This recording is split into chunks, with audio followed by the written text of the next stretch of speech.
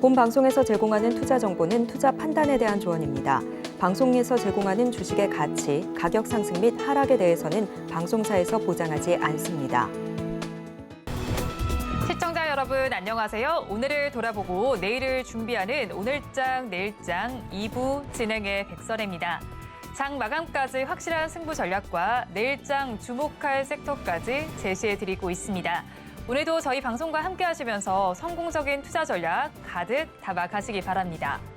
본 방송에서 제공해드리는 정보는 투자 판단을 위한 조언일 뿐 해당 주식의 가치와 수익률을 보장하지는 않습니다. 아울러 서울경제TV와 서울경제신문은 당사의 브랜드입니다.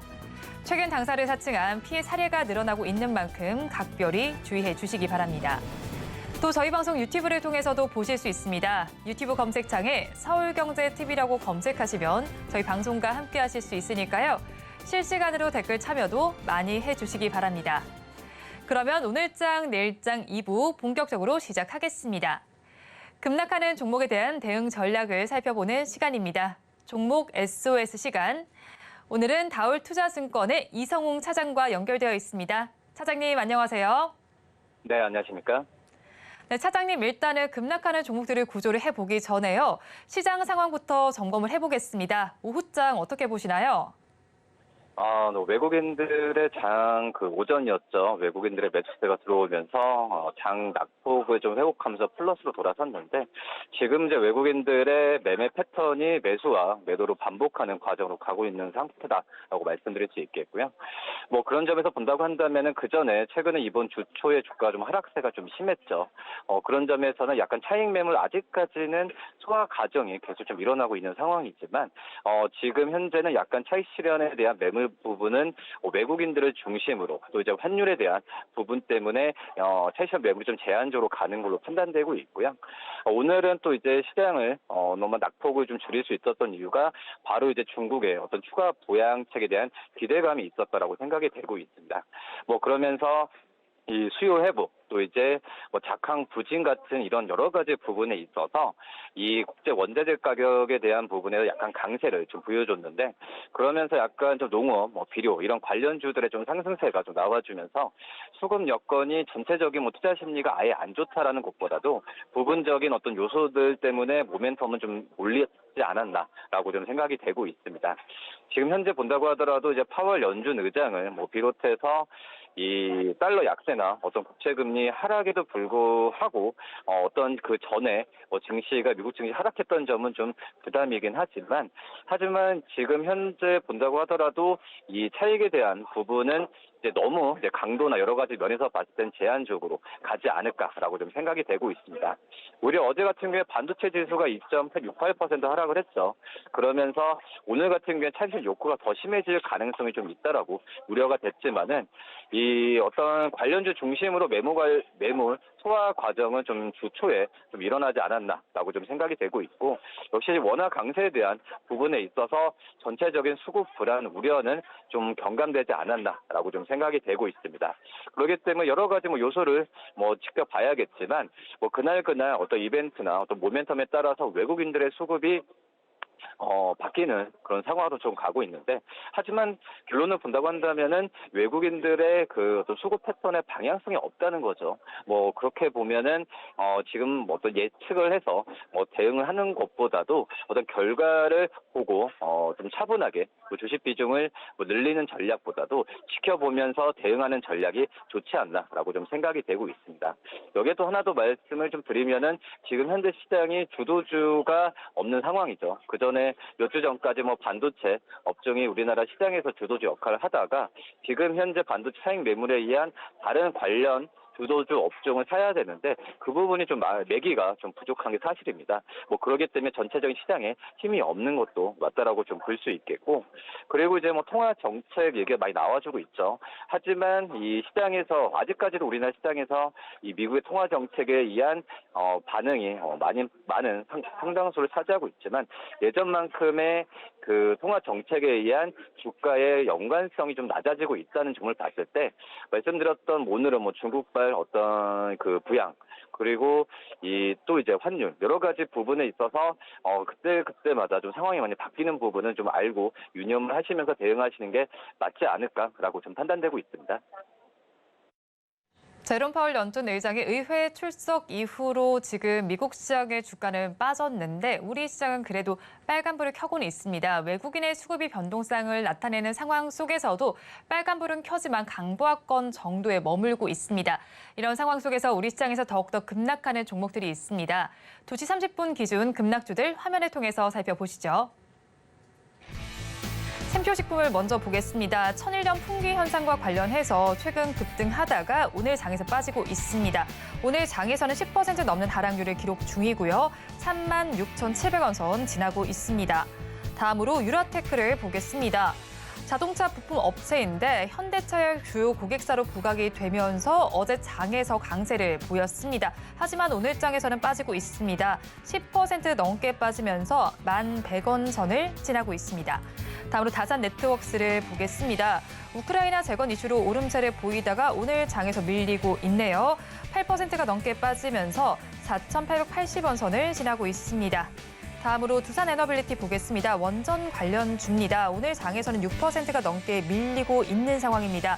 지금의 주가는 18,080원 선 지나고 있습니다. 마지막으로 TEMC 보겠습니다. TEMC는 반도체와 디스플레이용 특수가스를 제조하는 소재 전문 기업입니다. 오늘 장에서 2%가 넘게 빠지고 있고요. 지금의 주가는 57,500원 선을 가리키고 있는 상황입니다. 급락하는 종목들을 저와 함께 살펴보셨는데요. 이 종목들을 보유하고 계신 분들이거나 또 다른 종목에 대한 궁금증이 있으시다면 유튜브 댓글창에 남겨주시기 바랍니다. 그러면 저희는 첫 번째 종목부터 구조를 해보겠습니다. 다산 네트워크스를 구조해 볼 텐데요. 최근에 우크라이나 재건과 관련한 이슈로 인해서 주가가 상승세를 보이기도 했습니다. 오늘은 좀 차익 실현 매물이 나온다라고 봐야 할까요? 또 지난 19일에는 투자주의 종목으로 좀 지정이 되기도 했던 걸로 알고 있는데 이 종목 저희가 어떻게 보면 될까요? 우선은 우크라이나 재건에 대한 아직까지 이슈, 그러니까 주가가 좀 종목들에 반응하는 부분은 지금은 아직까지 테마죠. 왜냐하면은 이 우크라이나와 러시아의 전쟁이 종전이 된 게 아니죠. 어떻게 보면 아직 전쟁 중이라고 볼 수 있어서 지금 현재 뭐 재건에 대한 플랜이나 이런 걸로 봤을 때도 최대 지금 봤을 때도 최소 10년 동안을 지금 10년 동안의 기간을 지금 얘기를 하고 있는데 뭐 그만큼 아직까지 뭐 재건 사업에 대해서 시작을 한 부분은 아니기 때문에 우크라이나 재건에 대한 이슈는 테마라고 좀 생각이 되고 있고요. 뭐 그런 점에서 봤을 때도 이 다산 네트워크스 우크라이나 뭐 재건에 대한 이슈 때문에 주가가 많이 상승세로 보여주었는데 당연히 뭐 테마적으로 간다고 한다면은 이런 테마에 대한 분위기가 꺾였을 때는 하락세가 나온다라고 좀 볼 수 있겠고 지금 현재 뭐 미국과 독일 뭐 선진국 중심으로 좀 재건 사업을 주도하기 위한 어떤 소재 경쟁에 뭐 들어간 상태입니다. 여기에 좀 우리 최근에 테마에 대해서 좀 관심이 있었던 이유가 우리나라 대통령이 우크라이나 대통령과 만나 지원을 약속하고 또 이제 그 전에 좀 지금 현재는 순방하는 부분이 이 모멘텀이 되지 않았나라고 좀 생각이 되고 있고요. 우선 제가 본다고 하더라도 다산 네트워크스 뭐 지금 현재 주가가 막 떨어진다고 하더라도 이 매수 관점으로 들어가는 건 아니라고 좀 생각이 되고 있고요. 다만 이제 이 재건 이슈 때문에 올라갔던 종목들 중에서는 그나마 좀 좋은 사업 부분이죠. 이 통신 장비 사업에 대한 부분에 있어서 그나마 좀 시작을 좀 빨리 할 가능성이 좀 있지 않을까라고 좀 생각이 되고 있습니다.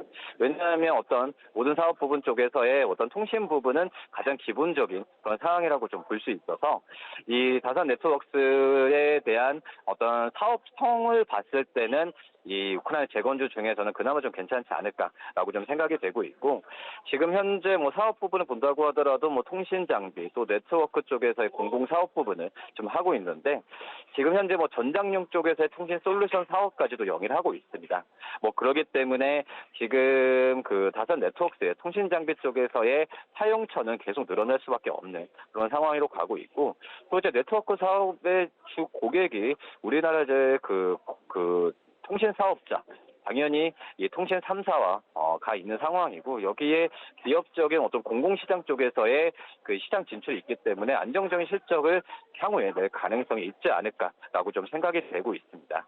뭐 작년에 어떤 흑자 그 전환에 대한 부분 같은 경우에도 어떤 그 통신 업체들의 어떤 통신 그 사업성이 좋다는 것보다도 이 금융수지나 또 중단 사업 이익이 좀 발생했던 점을 봤을 때 그 전에 이 재무상으로 우려됐던 부분의 비용적인 측면도 많이 절감이 됐다는 점도 긍정적이다라고 좀 생각이 되고 있고요. 그리고 이제 미국의 광통신에 대한 투자 부분은 계속 얘기가 나오겠죠. 뭐 이 부분은 항상 이제 뭐 통신 장비 업체들의 가장 큰 이제 수주가 되면서 실적에 대한 모멘텀이 좀 계속 자극할 가능성이 크다라고 좀 생각이 되고 있는데, 뭐 그러면서 이제 네트워크 장비나 여러 가지 부분에 있어서는 주가도 많이 빠졌었고, 어떤 실적에 대한 기대감도 조금씩 올라오는 어떤 기저효과 측면에서 봤을 때 이 다산 네트워크스는 오늘 좀 주가가 밀렸을 때는 좀 버티는 과정으로 가는 게 맞지 않을까라고 좀 생각이 되고 있고, 하지만은 이제 어떤 뭐 내수 경기 여러 가지 좋아져야 되는 게 이 공통적인 게 바로 이제 통신 쪽이라고 볼 수 있겠는데요. 뭐 그런 점에서 본다고 한다면 이 통신 업체들의 어떤 이 글로벌 어떤 매크로직과 정책도 좀 봐야겠지만, 우리나라 내수에서의 어떤 투자나 이런 인프라 투자에 대한 부분에 있어서 좀 관심을 가져야 되는 게 맞지 않을까라고 좀 생각됩니다. 네, 다산 네트워크스의 경우에는 우크라이나 재건주 중에서는 사업성이 괜찮다라고 말씀을 해주시면서 버티는 전략을 가져가면 좋지 않을까라고 말씀을 해주셨는데요. 그렇다면 가지고 계신 분들과 또 앞으로 보유하실 분들 가격 전략은 어떻게 가져가면 좋을까요? 1차적으로 오늘은 뭐, 많이 떨어지는 부분이니까, 버티는 전략을 좀 말씀을 드리도록 하겠고, 우선 내일 시장이 좀 반등을 했을 때는, 시장 반등과 함께 다산 네트워크스의 주가도 올라갔을 때는 매수 관점도 괜찮지 않을까라고 좀 생각이 되고 있고요. 1차적인 목표가는 5,600원, 그리고 손절가는 4,500원 말씀드리도록 하겠습니다. 일단 다산 네트워크스 지금 자리에서도 매수가 유효하다라고 분석을 해주셨고요. 목표 주가는 5,600원, 손절 라인은 4,500원을 잡아주셨습니다. 다음 종목 구조를 해보겠습니다. 두산 에너빌리티를 구조해 볼 텐데요. 반기부터 대형 원전 본계약이 시작될 것이라는 기대감 속에서 매수세가 유입되기도 했습니다. 또 증권가에서도 앞으로 이 시장을 좀 긍정적으로 바라보고 있는데 오늘 장에서는 빠지고 있습니다. 다 아실 거라 생각이 됩니다. 바로 이제 두산 바켓에 대한 지분을 이제 블락딜로 매도를 했죠. 뭐 항상 이제 두산 그룹주들이 한데 주가가 좀 잘 가다가도 이런 지배구조 이슈, 또 이제 뭐 주주 어떤 얘기 나왔을 때 전혀 예상치도 못했던 게 나오게 된다고 한다면은 이 주가가 좀 흔들리는 부분이 있었는데, 우리 어제 두산 에너빌리티는 이런 뭐 최근에 주가 흐름은 좋은 부분에 있어서 이 매각에 대한 이슈는 어떤 신사업에 대한 어떤 기대감도 있는 상황이고, 재무적인 개선에 대한 기대감도 있기 때문에 올랐다가 오늘은 좀 다시 한번 주가가 요동을 치는 그런 상황으로 간다라고 말씀을 드릴 수 있겠고요. 지금 두산 에너빌리티 아시겠지만은 이제 원전 쪽에서는 제가 본다고 하더라도 우리나라의 어떤 그 수출에 대한 가장 모멘텀이 있는 업종은 이 방산 그리고 이제 원전이라고 좀 볼 수 있겠는데, 지금 이제 올해 상반기 때는 이 원전 관련주들, 두산 에너빌리티뿐만 아니라 다른 어떤 기업들, 원전 관련 기업들이 그게 좋지 않았죠. 작년만큼이나 어떤 원전에 대한 이슈 부분이 굉장히 좀 제한적으로 갔던 상황인데요. 하지만 좀 두산 에너빌리티, 이제 원전 쪽에서의 이 뭐 외국인들의 어떤 수급적인 측면이나 여러 가지 부분에 있어서도 굉장히 좋아지는 구조로 가고 있는데, 그러기 때문에 좀 매수 관점으로 오히려 지금 오늘 주가 떨어졌을 땐 대응하는 게 맞지 않을까라고 좀 생각이 되고 있고, 우선 대형 원전이나 또 이제 글로벌 트렌드라고 할 수 있겠죠. 이 SMR 쪽에서의 부분의 기업 가치 부분이 굉장히 좀 좋아지고 있습니다. 뭐 작년까지만 하더라도 이 대형 원전과 SMR 쪽에서의 기업 가치가 7조 미만이었는데 지금 이제 뭐 8조 중반까지도 올라온 상황이라고 좀 볼 수 있겠고요. 특히 이제 또 두산 밖의 지분 가치가 좀 그전보다 좋았죠. 그러면서 매도를 하면서 이 지분 가치에 대한 어떤 재무에 반영되는 구조도 긍정적으로 나올 가능성이 있지 않을까라고 좀 판단되고 있습니다. 좀 이제 원전 같은 경우에는 좀 멀리 봐야겠죠. 뭐 이 대형 원전 쪽에서는 우리나라가 한국전력 쪽에서 이 웨스팅하우스, AS의 수주에 대한 부분은 꾸준하게 지금 얘기가 되고 있는 상황이고요. 특히 이제 SMR 같은 경우에는 미국을 중심으로 뭐 뉴스케 또 엑스에너지 프로젝트가 본격화가 된다고 한다면 어떤 SMR 쪽에서의 수요 부분은 계속 올라갈 가능성이 굉장히 좀 크다라고 좀 생각이 되고 있습니다. 그리고 역시 이제 동유럽 쪽이죠. 이 폴란드를 중심으로 한 이 동유럽 쪽은 이 방산뿐만이 아닙니다. 이 어떻게 보면 원전 쪽에서의 드라이브로 많이 걸고 있는 게 바로 이제 동유럽 지역이라고 볼 수 있겠는데요. 이 폴란드 쪽에서의 이제 본계약을 시작으로 또 이제 체코 쪽에서는 우선 협상 대상자 뭐 이쪽에서의 선정이 마무리될 가능성이 크기 때문에 올해 하반기보다도 내년 상반기 때의 기대감은 더 크다라고 좀 생각이 되고 있고 뭐 그리고 이제 그 전에 뭐 로스팀이나 여러 가지 이 원자력 이 관련 쪽에서의 경쟁 기업들이 러시아 쪽이 좀 많은데 지금 현재는 약간 러시아 쪽에서의 거래에 대한 부분에 있어서 글로벌적으로도 제한을 두는 구조죠. 그렇기 때문에 두산 에너빌리티에 대한 추가적인 수주나 여러 가지 부분은 괜찮지 않을까라고 좀 판단되면서 두산 에너빌리티 오늘 좀 약세장에서 관심 있게 봐야 되지 않을까라고 좀 생각이 됩니다. 두산 에너빌리티 오늘 주가가 빠지는 건 두산 바켓의 블록딜 영향 때문으로 분석을 해주셨습니다. 그렇다면 가지고 계신 분들께서는 어떻게 대응을 하면 좋을지 가격 전략은 또 어떻게 가져가야 할까요? 우선은 지금 기존에 가지고 계신 분들은 당연히 보유 관점을 가져가시는 게 맞다라고 좀 생각이 되고 있고요. 오히려 저는 좀 빠지면은 뭐 추가 매수도 괜찮지 않을까라고 좀 생각이 되고 있습니다. 이 대형 원전 쪽에서의 수주나 여러 가지 부분은 상반기 때 많이 참았죠. 이제 하반기 때는 본격화될 가능성이 굉장히 좀 크기 때문에 추가적인 수주에 대한 기대감을 이제 하반기부터 가져간다면은 매수 관점도 괜찮지 않을까라고 좀 생각이 되고 있고요. 1차적 목표가 22,000원 말씀을 드리는데 증권사들도 지금 적정 주가를 두산 에너빌리티 22,000원까지 보고 있고 또 이제 지분 매각에 의한 이런 부분이 착실하게 좀 반영이 된다고 한다면 우선 22,000원 적정 주가에 대한 부분은 당연하게 적정하지 않을까 말 그대로 이지 않을까 판단되고 있습니다. 그렇기 때문에 지금 현재 가격에서 충분히 한 매수를 한번 해봐도 괜찮지 않을까라고 좀 생각이 되고 있고요.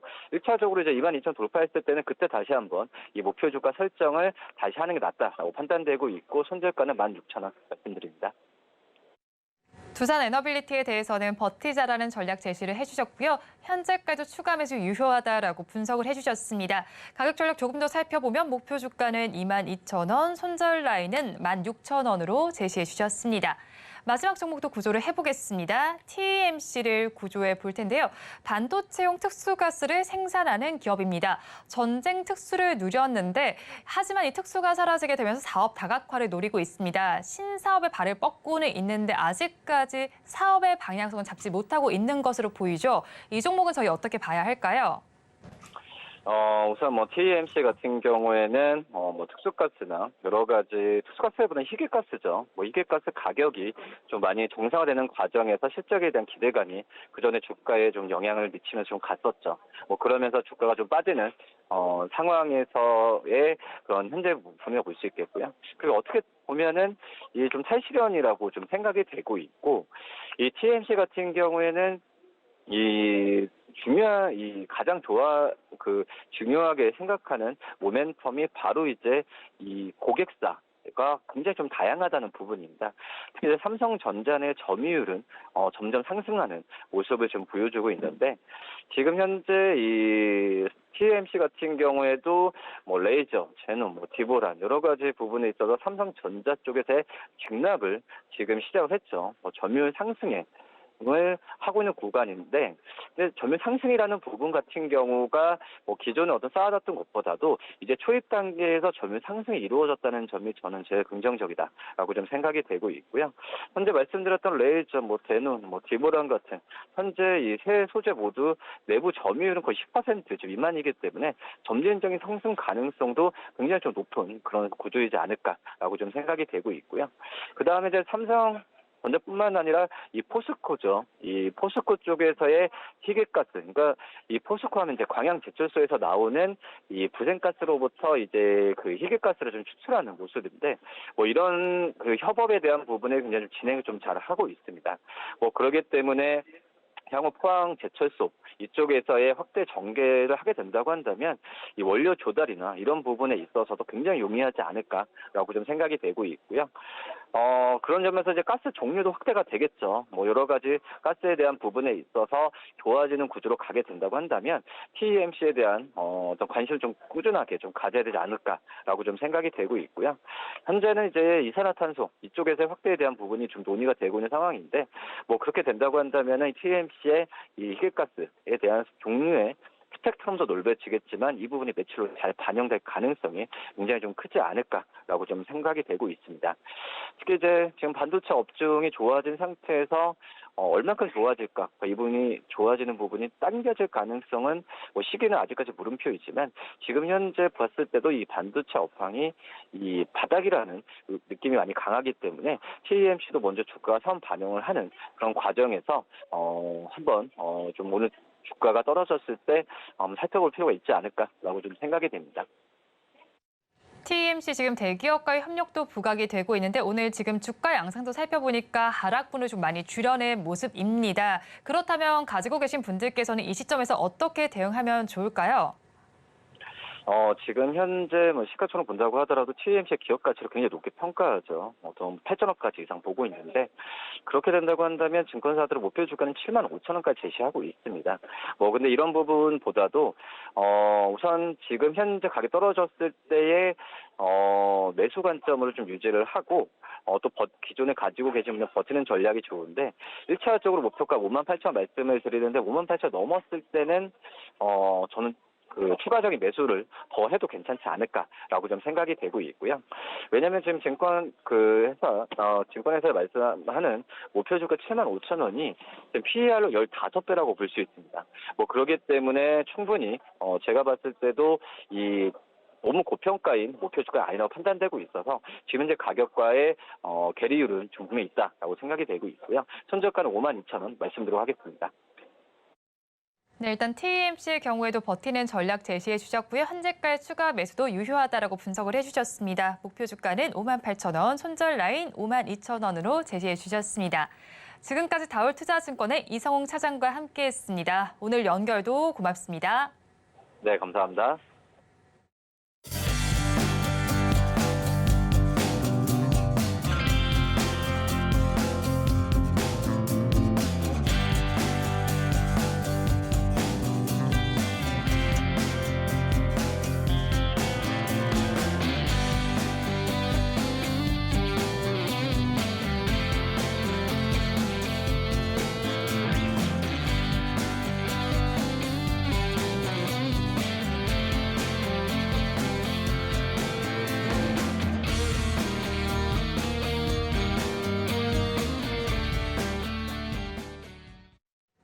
앞서서 급락주에 대한 대응 전략을 살펴봤다면 이번에는 오늘의 매매일지에 성공적인 마침표를 찍어드릴 찬스 종가 베팅 시간입니다.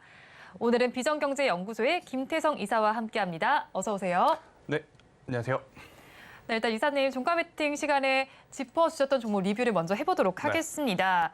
지난주에 공략을 해주셨던 종목이죠. 배럴이 지금 13%대 수익률을 내고 계시네요. 네. 자, 이 종목 어떻게 보면 될까요?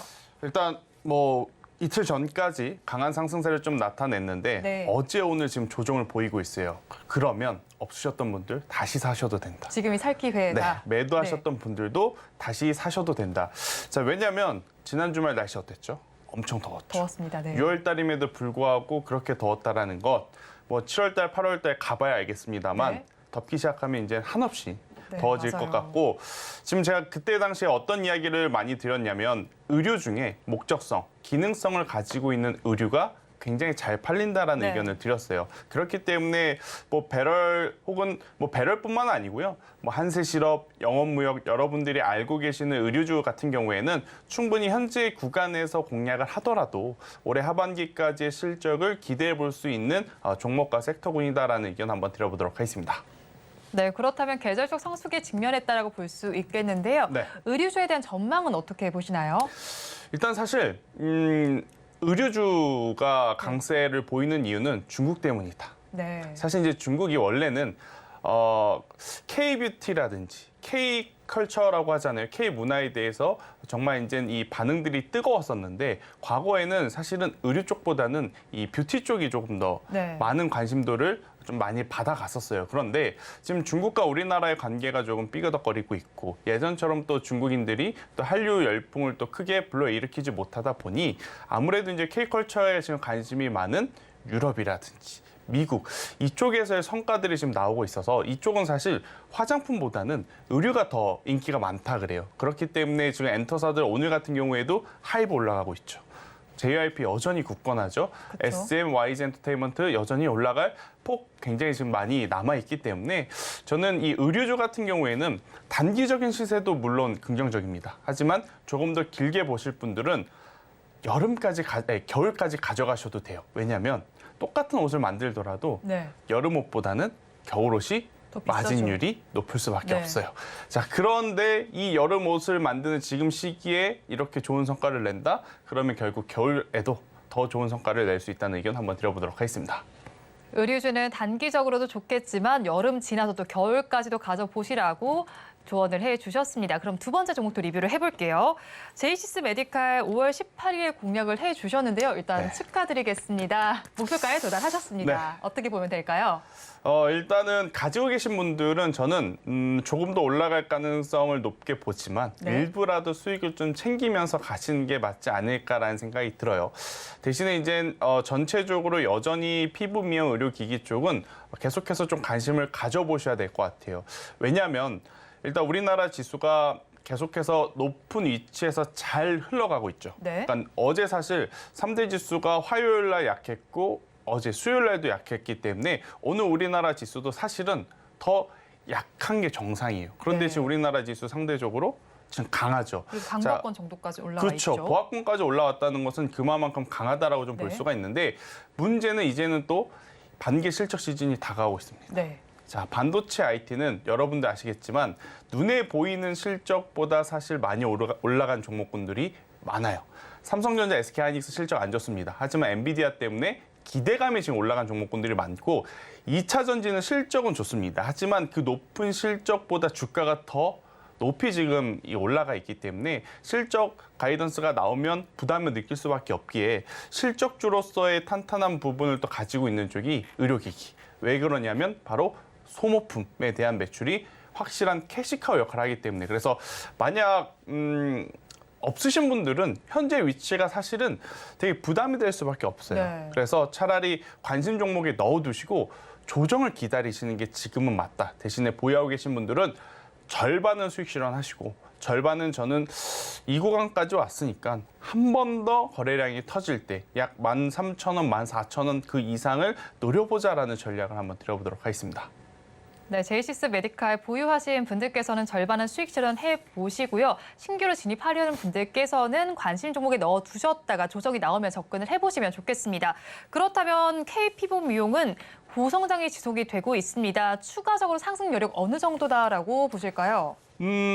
저는 뭐 기업별로 뭐 몇 프로 더 올라간다라고 말씀드리기는 어렵지만 그래도 올 한 해, 그러니까 연말까지는 이 K 뷰티 플러스 미용 의료기기 쪽은 북미라든지 일본에서의 매출을 좀 발판 삼아서 조금 더 올라갈 수 있는 여지는 더 많지 않을까라는 의견을 한번 드려보도록 하겠습니다. 네, 더 올라갈 여력은 있다라고 말씀을 해주셨습니다. 그렇다면 오늘도 종가에 베팅할 종목을 가져오셨는데요. 네. 일단은 키워드 힌트부터 공개를 해드리도록 하겠습니다. UV와 엘니뇨라고 잡아주셨는데 네. 사실 뭐 날씨로도 볼 수 있고요. 또 UV 같은 경우는 반도체, 뭐 장비 쪽에서도 이야기가 나오잖아요. 그렇죠. 어느 쪽일까요?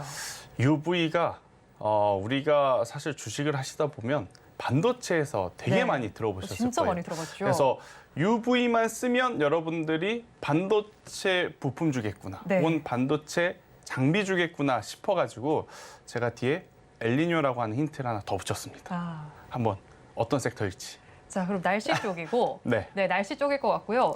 뭐 더운 거 얘기해 주셨으니까 뭐 더운 날씨와 관련된 쪽 아닐까요? 더운 것만 포함되는 것이 아니고 네. 요새 지금 갑자기 비가 올 때도 있고 그렇죠. 갑자기 정말 생각지도 못하게 폭염이 올 때도 있잖아요. 이상기후. 그렇죠. 이상기후라고 하잖아요. 그래서 이 UV 그리고 이상 기후를 연결을 해보면 환경 쪽. 그렇죠. 네, 환경 쪽이 나옵니다. 자, UV가 쉽게 말해서 자외선이에요. 네. 자, 자외선과 이 엘니뇨 혹은 라니냐라고 또 많이 들어보셨을 거예요. 네. 자, 이것들을 조합을 해보면 환경 쪽입니다. 그럼 환경을 지켜야 되니까. 자, 환경을 지켜야 되니까 네. 어디 쪽이 지금 딱 떠오르시죠? 저는 신재생 에너지 쪽 맞습니다. 떠오릅니다. 자, 그래서 네. 오늘은 다른 쪽보다도 신재생 에너지를 여러분들에게 좀 말씀을 드려야 될 것 네. 같아요. 자, 일단은 전체적으로 지금 시장의 시선이 반도체로 쏠리고 있었죠. 너무 많이 쏠렸죠. 그러다 보니까 UV 하면 반도체 장비겠구나. 네.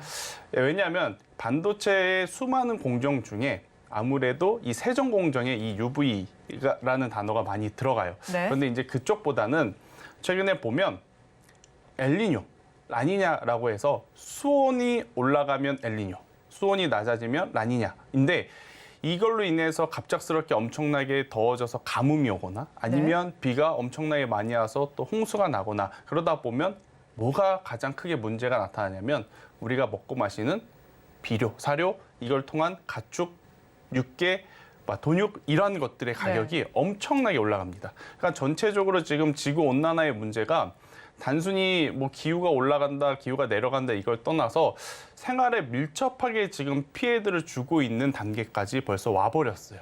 그러다 보니 오늘 시장에서 지수가 좋지 않음에도 불구하고 상대적으로 지금 잘 방어하고 있는 쪽이 신재생 에너지. 그런데 신재생 에너지 하면 딱 5개 여러분들이 떠올리실 거예요. 전기, 수소, 그리고 원자력, 태양광, 풍력. 그렇죠. 그런데 전기하고 수소는 조금 떼어낼게요. 네. 일단 너무 자동차 쪽으로 여러분들이 인식을 하고 있기 때문에 그렇죠. 그것을 떼어내보면 원전, 원전? 태양광, 풍력 이렇게 남아있거든요. 자, 그런데 이제 우리나라 정부에서는 원전을 지금 밀어주고 있고 그렇죠. 태양광은 지금 산업 자체가 커져 나가고 있지만 사실 우리나라 이 태양광 관련 기업들의 주가가 그다지 또 관심을 받지 못하고 있어요. 그런데 풍력은요, 희한하게 정부에서 강하게 밀고 있는 것도 아닌데 네. 최근에 주가라든지 기업들의 성과라든지 실적을 보면 폭발적으로 성장을 하고 있어요. 그래서 저는 신재생 에너지 여기에 풍력 에너지 관련주를 여러분들이 꼭 보셔야 되지 않을까 요것을 한번 말씀드리고 싶습니다. 네, 풍력 에너지 관련주들 지금 살펴봤을 때 방금 말씀을 해주신 것처럼 뭐 정부가 정책적으로 밀어주지도 않는데 그럼 주가는 왜 이렇게 잘 가고 있고 뭐 실적은 왜 잘 나오고 있는 걸까요? 일단 첫 번째로는 이 지구 온난화에 따라서 신재생 에너지에 대한 관심도가 높아가고 있죠. 자, 그런데 아이러니하게 사실은 신재생 에너지를 공사하면서도 지구가 파괴가 되고 있다. 그렇겠죠. 네, 아무래도 이제 뭐 수소 혹은 전기 혹은 원전 에너지를 또 대규모로 뽑아내려면 대형 공사가 이루어져야 되잖아요. 근데 이제 그게 또 아이러니하게 자연에게는 또 피해를 주는 그러한 모습들이 많이 연출이 되고 있어서 그중에서 피해가 어느 것이 덜 적으냐라고 하면 풍력이 가장 적다라고 합니다. 그 신재생 에너지를 만드는 그쵸. 과정 속에서 최소한의 그런 환경 파괴를 하는 쪽을 보는 거예요. 그러다 보니까 아무래도 북미도 그렇고 유럽도 그렇고 사실 풍력은요. 자연에서 불어오는 바람을 모아서 에너지로 바꾸는 거잖아요. 하지만 다른 에너지 같은 경우에는 이미 기본적인 인프라 공사부터 진행이 돼야 되다 보니 공사 기간도 공사 기간이고 그에 따른 이 막대한 또 피해도 염두를 하고 있어서 풍력 에너지에 대한 관심도가 지금 굉장히 높아지고 있다. 이렇게 좀 보시면 될 것 같고요. 그리고 이제 여러분들 뭐 IRA 법안 혹은 CRMA 법안 많이 들어보셨을 거예요. 미국에서도 유럽에서도 각국 자국의 기업들을 또 성장시키기 위해서 이러한 법안들을 좀 만들었는데 그 법안의 수혜를 받을 수 있는 이 기업들이 풍력 쪽이 좀 많습니다. 우리나라는. 그렇기 때문에 만약 여러분들이 신재생 에너지를 보신다면 풍력 쪽을 한번 보시는 게 가장 좋다라는 의견 드려보도록 하겠습니다. 네, 법안의 수혜도 받을 수 있는 만큼 풍력 에너지주 보라라고 말씀을 해주셨는데 풍력 에너지 안에서도 종목들이 굉장히 많잖아요, 이사님. 그중에서 어떤 종목을 봐야 할까요? 저는 사실 풍력하면 CS 윈드가 가장 먼저 떠오르거든요. 그게 정상적입니다. 그게 정상적인 맞죠. 일단 CS 윈드가 첫 번째, 그리고 CS 윈드와 같이 움직이는 게 CS 베어링. 아마 여러분들이 이 두 가지를 놓고 이 어느 것을 선택할 거냐 많이 고민을 하실 것 같은데 저는 그 두 기업보다 또 새로운 얼굴을 또 말씀을 드리고 싶어서 뉴페이스로 뉴페이스로 종목을 하나 가지고 나왔는데 대명 에너지라는 기업을 좀 가지고 네. 나왔어요. 대명 에너지. 잘 여러분들 한번 들어보시고 공감을 가신다라고 하면 저는 충분히 관심을 가져도 되는 기업이다 생각이 듭니다. 일단 제가 말씀드렸던 신재생 에너지의 이제 종류 중에 이 네. 대명 에너지는요. 태양광하고도 엮여 있고 풍력하고도 엮여 있습니다. 네. 그런데 이제 사업 구조 기준으로 보면 태양광보다는 풍력의 사업 비중이 많기 때문에 풍력 관련주를 이제 엮어서 우리가 볼 수 있다라고 생각이 양다리를 들고. 걸치고는 있는데 풍력이 좀 더 높은 맞아요. 거네요. 지금처럼 애매할 때는 저는 이렇게 좀 양다리 걸쳐 있는 종목군들이 좋다 생각이 들어요. 왜냐하면 이쪽이 안 되면 다른 쪽 안 밀면 되면 되잖아요. 또 태양광에 네. 붙여서 붙여서 올라가도 되니까. 네, 그래서 이제 저는 대명 에너지를 굉장히 긍정적으로 보고 있는 이유 중에 하나이기도 하고, 일단은 우리나라 최초 이제 대규모 해상 풍력 그러니까 단지를 조성했었던 이제 기업으로서 또다시 이제 대형 공사를 지금 준비를 하고 있어요. 그런데 이 대형 공사가 사실은 작년부터 시작을 했었어야 됩니다. 삽을 네. 펐어야 됐는데 작년에 우리나라 PF발 사태 기억하시죠? 그렇죠. 그러니까 이 부동산 프로젝트발 이슈가 좀 불거지다 보니까 잠시 공사를 중단을 했었어요. 그런데 이제 이 부분들이 잘 해결이 되었는지 사실 이제 이 대규모 이 해상풍력 단지를 조성하는 공사가 올해 연말에 또 시작을 한다라고 하니 네. 기존에 지금 설치되어 있던 누적량이 약 5배 정도 규모라고 합니다. 그러면 당연히 실적도 지금보다 훨씬 더 커지겠죠. 갑작스럽게 실적이 공사를 한다 그래서 다음 분기에 5배가 올라가는 건 아닐 거예요.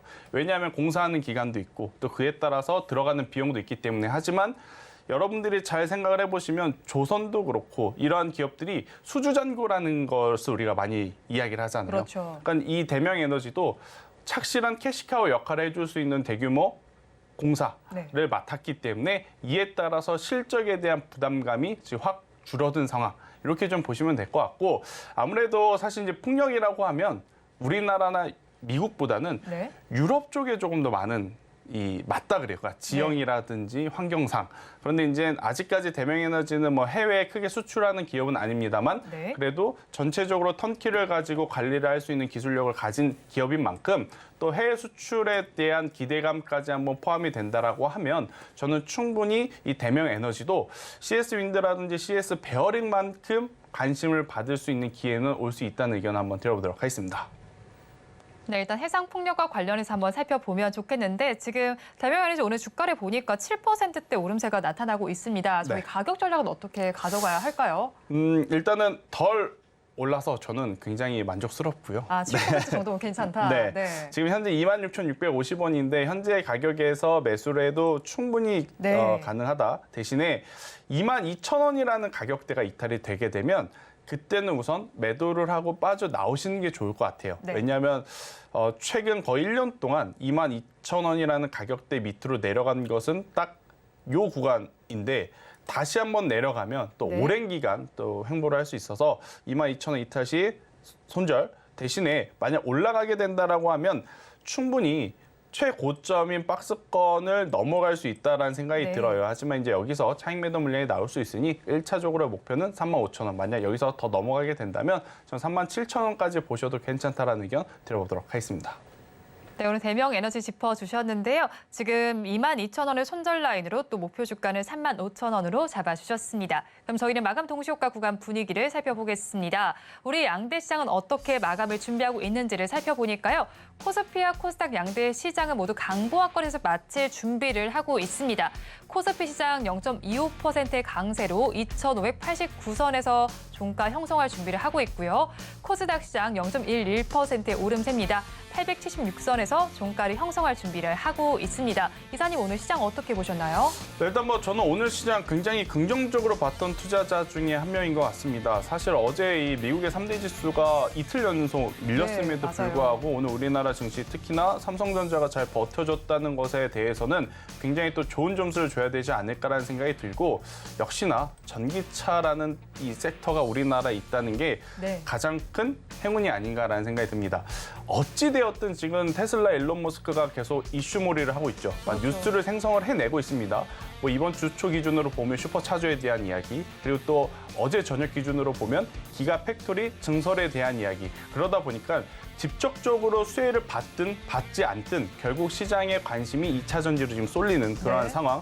그러다 보니 오늘 같은 경우에는 최근에 또 낙폭이 깊었던 LG에너지솔루션과 같은 셀 기업에도 수급이 소폭 이제 받쳐주는 모습을 좀 보이면서 여전히 2차 전지가 이제 이 시장을 좀 잡아주는, 그러니까 시장을 올린다라기보다는 더 이상 밀리지 않게 좀 잡아주는 역할을 하면서 굉장히 빠른 테마주들이 오늘 또 들썩이지 않았나라는 생각이 들어요. 아마 여러분들 오늘 오전장에 가장 많이 들어보셨을 테마가 교육 테마. 그렇죠. 그죠? 공교육 테마죠. 네, 교육 테마 중에 이 공교육에 조금 더 비중을 많이 두고 있는 N인능률, 네. 그리고 비상교육이 좀 상대적으로 강했고, 사교육의 좀 상징이라고 하는 메가 그룹주들은 상대적으로 좀 약한 모습을 보이면서 굉장히 또 테마적으로 빠른 시장의 흐름들이 나타났다라는 의견 한번 드려보도록 하겠습니다. 그럼 이런 교육 관련주들은 테마성으로만 저희가 접근을 해야 될까요? 아니면 조금 더 길게 봐도 괜찮을까요? 저는 이걸 보면서 어떤 네. 생각을 했냐면, 제가 감히 뭐 이쪽이 좋다 저쪽이 좋다라고 이야기는 못할 것 같아요. 네. 그런데 요새 또 트렌드가 이 저학년, 유아 같은 경우에는 예전에 우리가 책으로 보던 이 공부를 네. 아무래도 이제 이 디지털 교과서라고 하죠. 이런 것을 좀 보면서 그러니까 로봇이랑 좀 대화하면서 혹은 네. 로봇이랑 이야기하면서 딥러닝 학습 효과를 받은 로봇과 교육을 같이 하는 또 프로그램이 많다라는 것을 제가 이제 좀 체크를 해보면서 유엔젤이라고 하는 기업이 있거든요. 네. 그러니까 챗 GPT 바드라는 것을 출시하면서 시장에 한번 관심을 받았던 이제 기업인데, 우리가 AI 플러스 의료로 한번 크게 시세가 난 섹터들이 있잖아요. 그렇죠. 이번에 AI 플러스 교육이라는 테마가 또 불러오면 이쪽도 한번 움직일 수 있겠다라는 생각이 들어서요. 한번 이쪽도 여러분들이 꼭 체크를 해보심이 좋지 않을까라는 의견 드려보도록 하겠습니다. 네, 일단은 오늘 시장에서 움직였던 테마 중에서 가장 각광을 받았던 분야는 교육 관련 쪽이 아닐까 싶습니다. 그중에서도 공교육, 사교육을 제외하고도 AI 교육과 관련된 부분도 짚어보라고 말씀을 해주셨습니다. 그리고 오늘 수급적인 측면을 살펴봤을 때도요, 오랜만에 기관 투자자들의 매수세가 유입이 됐습니다. 코스피 시장에서는 6거래일 연속 매도하던 기관이 오늘은 매수로 전환을 했고요. 코스닥 시장도 지금 살펴보니까 지금 코스닥 시장에서는 3거래일 연속 매도를 하더니 오늘은 매수로 전환됐습니다. 마감 동시효과 구간 함께 하셨습니다.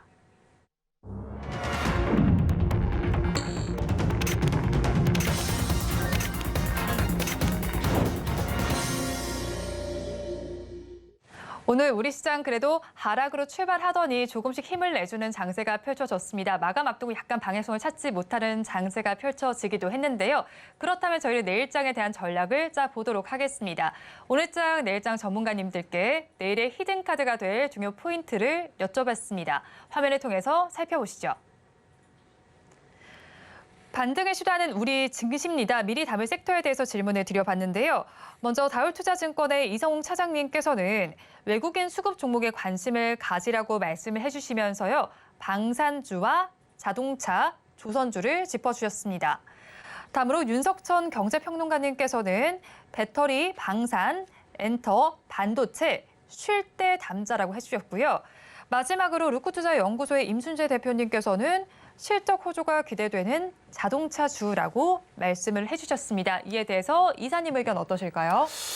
일단 뭐 많은 분들이 지금 공통적으로 내포하고 있는 것 중에 하나가 바로 네. 실적이 아닌가라는 생각이 듭니다. 그런 것 같네요. 일단 전체적으로 이 실적 시즌이 다가오면 다가올수록 실적보다 주가가 높은 종목이냐 아니면 실적 대비 주가가 저평가됐냐라는 기준을 이제 삼아서 변동성이 나타날 가능성이 높은데, 방금 말씀드렸던 섹터들 뭐 방산, 조선, 자동차 이 섹터 여러분들이 꼭 기억하셔야 된다는 이야기를 한번 강조드려보도록 하겠고요. 이 섹터를 제외하고 제가 하나 더 좀 말씀을 드려보자면 네. LCC항공사, LCC요. 네. 진에어, TA항공, 제주항공 이런 쪽들, 이쪽도 지금 사실 우리가 생각한 것보다 더 좋은 실적을 낼 수 있는 준비를 하고 있어서 저는 만약 관심을 가져보신다라고 하면 LCC 관련 주들도 한번 더 보시는 게 맞지 않나라는 의견 한번 드려보도록 하겠습니다. 그러니까 심플하게 제가 설명을 드리면 우리나라에서 일본까지 1000km, 미국까지 네. 10,000km라 그래요. 그런데 거리는 10배지만 가격 차이는 5배밖에 안 된다 그래요. 그러면 결국 단거리 노선을 가지고 있는 LCC 항공사들의 실적은 더 좋아질 수밖에 없다. 네. 이것을 생각하시면서 보시는 게 좋을 것 같고요. 일단 글로벌 증시가 이틀 연속 빠졌기 때문에 오늘 얼마만큼의 회복 속도를 보여주는지 여부를 여러분들이 꼭 체크를 하셨으면 좋겠다는 의견. 만약 회복을 한다라고 하면 우리나라 오늘 2차 전지가 기술적 반등을 넘어서 한 번 더 시세를 낼 수 있으니 이 부분도 꼭 체크를 하셨으면 좋겠다라는 의견을 드려보도록 하겠습니다. 네, 그렇다면 오늘 또 장에서 좀 주목을 해볼 만했던 게 셀트리온 그룹주가 세 종목이 모두 또 오름세를 보였습니다. 그렇죠. 주주 가치 제고 측면에서 자사주 500억 원을 추가로 매입했다라는 소식이 전해졌는데 이 소식 때문에 저희 셀트리온 그룹주들 올랐다라고 봐야 할까요? 일단 셀트리온은 장기전에 돌입을 좀 하실 수 있으신 분들만 좀 관심을 가지셔야 될 것 같아요. 단기로는 좀 힘들까요? 그러니까 사실 오늘 뉴스 나온 걸 가지고 내일도 올라가겠지라고 생각을 하시면 그건 너무 큰 욕심. 네. 대신에 지금 셀트리온 같은 경우에는 실적에 대한 회복. 하지만 이것보다 많은 투자자분들이 고려하고 생각하는 것은 3사 합병이 도대체 언제 나올 것이냐 이 부분인데 그렇죠. 일단 올 초에 서정진 전 회장님이 이제 일선에 복귀를 했기 때문에 아무래도 의사소통이라든지 어떤 한 이슈에 대해서 결정을 하는 게 굉장히 빨라졌을 거거든요. 네. 그러한 부분들이 만약 하반기에 좋은 소식이 나올 수도 있지 않겠는가라고 이제 기대를 하신 분들이 굉장히 많기 때문에 뭐 이것은 언제 될지 저도 모릅니다. 그래서 네.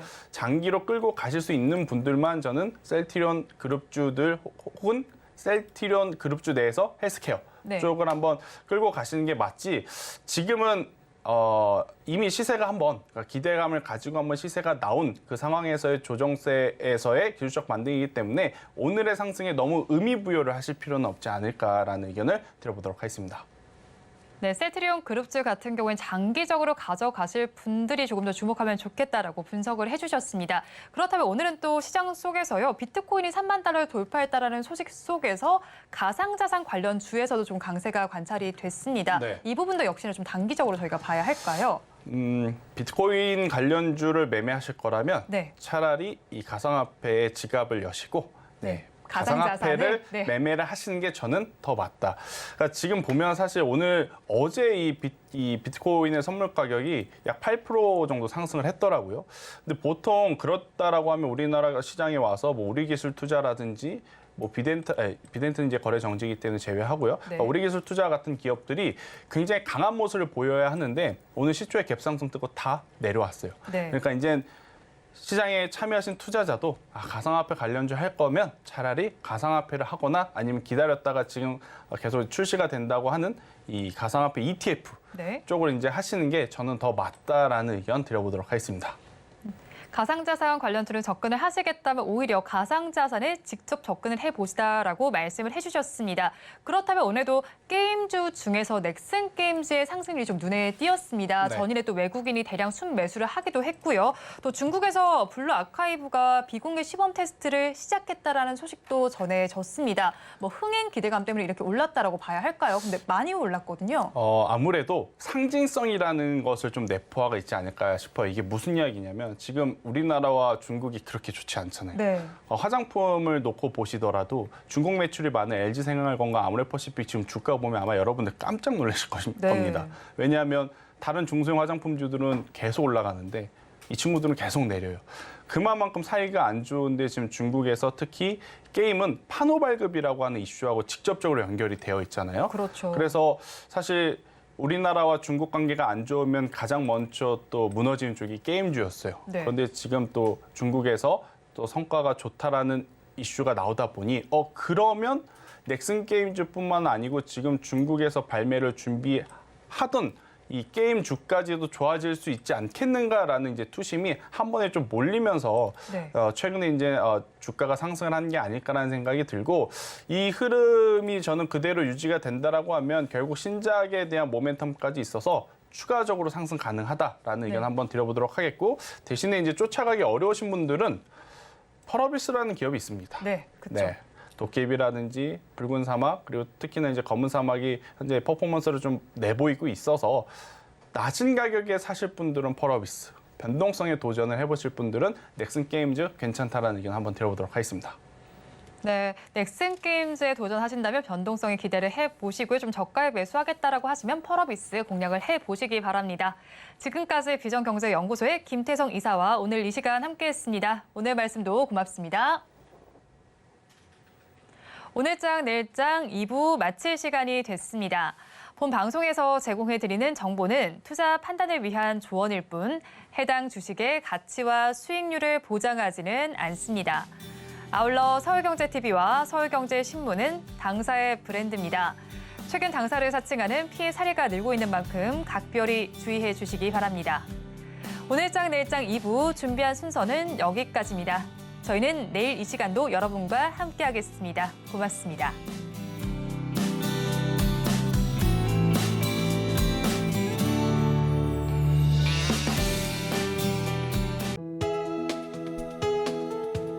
본 방송에서 제공하는 투자 정보는 투자 판단에 대한 조언입니다.